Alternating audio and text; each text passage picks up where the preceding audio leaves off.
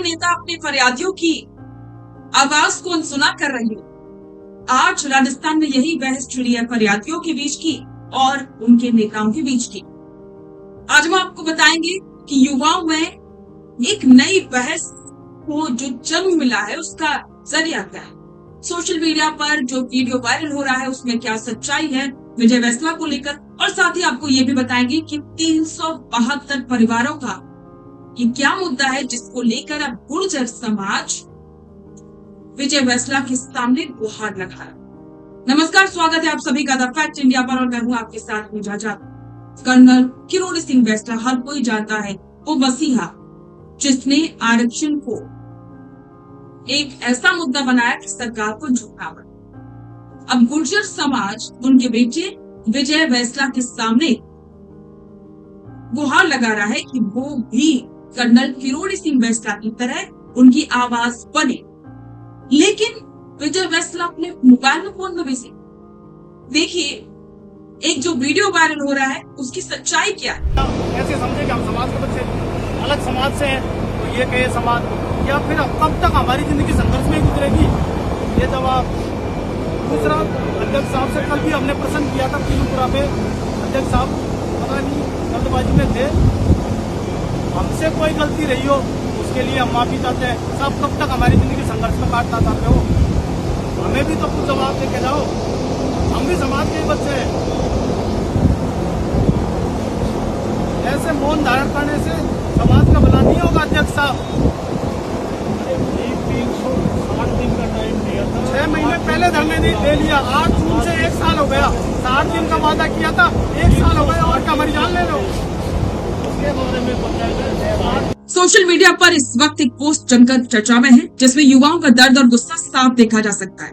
दरअसल आरोप लगाया जा रहा है कि जब समाज के युवा अपनी जायज मांगों को लेकर, अपने रोजगार और भविष्य की चिंता लेकर अध्यक्ष विजय वैसला के पास पहुंचते हैं तो वहां का नजारा कुछ अलग होता है। एक तरफ फरियादी अपनी पूरी ताकत से आंखों में उम्मीद लिए अपनी परेशानी बता रहा होता है, तो दूसरी तरफ नेताजी अपने मोबाइल की स्क्रीन पर व्यस्त नजर आते हैं। ये वीडियो में आप देख सकते हैं। इसी दृश्य को लेकर सोशल मीडिया पर शैलेंद्र नाम के एक यूजर ने सीधे विजय वैसला को टैग करते हुए लिखा, अध्यक्ष साहब इन सरकारों से इतनी चुप्पी क्यों? ये बच्चे भी हमारे समाज के हैं, अगर इन्हें उनका हक मिलता है तो 372 परिवारों का भविष्य संवर जाएगा।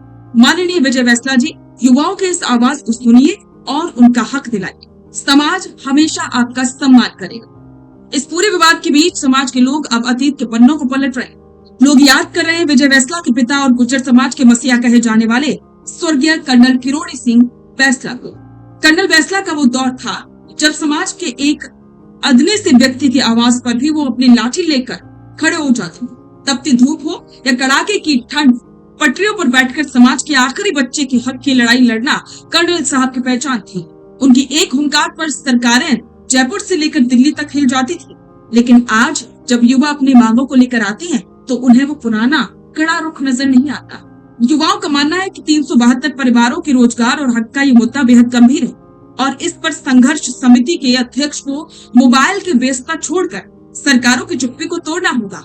हालांकि राजनीति के जानकार का ये भी कहना है कि हर नेता का काम करने का अपना तरीका होता है। कर्नल साहब का दौर अलग था और आज बातचीत जैसी पैरवी का दौर अलग है, लेकिन जनता हमेशा अपने नेता के जो पुराने वाक्य होते हैं और नए नेता में पुराने नेता का अक्स जरूर ढूंढती है।